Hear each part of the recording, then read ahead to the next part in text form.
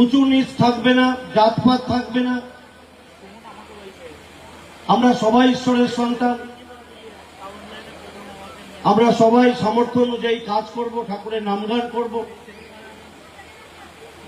সমাজ থেকে সব ধরনের অশিক্ষা, দারিদ্রতা, অস্পৃশ্যতা দূর করে একটা সুন্দর সমাজ গড়ে তোলার জন্য শ্রী শ্রী ঠাকুর হরিচাঁদ তিনি যে আন্দোলন শুরু করেছিলেন, পরবর্তীতে তার সুযোগ্য সন্তান শ্রী শ্রী গুরুচাঁদ ঠাকুর তিনি সেই আন্দোলনকে এগিয়ে নিয়ে গেছেন এবং সেই আন্দোলন আজও চলছে। স্বাধীনতার ৮০ বছর অতিক্রান্ত হয়েছে। এই বাংলাতেও আমরা ৮০ বছর আছি স্বাধীনতার পর থেকে।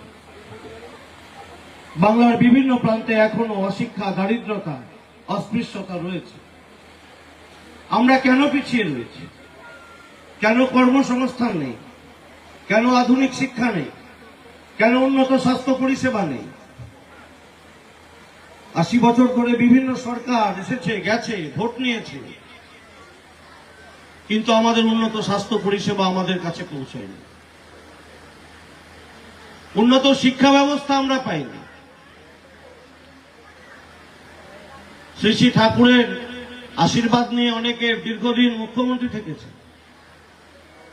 কিন্তু তারাও আমাদের জন্য কিছু করে। আমাদের যশস্বী প্রধানমন্ত্রী সম্মানীয় নরেন্দ্র মোদী তিনি ঘোষণা করেছেন সবকা সাথ সবকা বিকাশ, সবার বিকাশের জন্য কাজ করছেন, সবাইকে এগিয়ে নিয়ে যাওয়ার জন্য কাজ করছেন। তাই একাধিক প্রকল্প ঘোষণা করেছেন, সেই প্রকল্প রূপায়ণ করেছেন, মানুষ তার সুবিধা পাচ্ছে।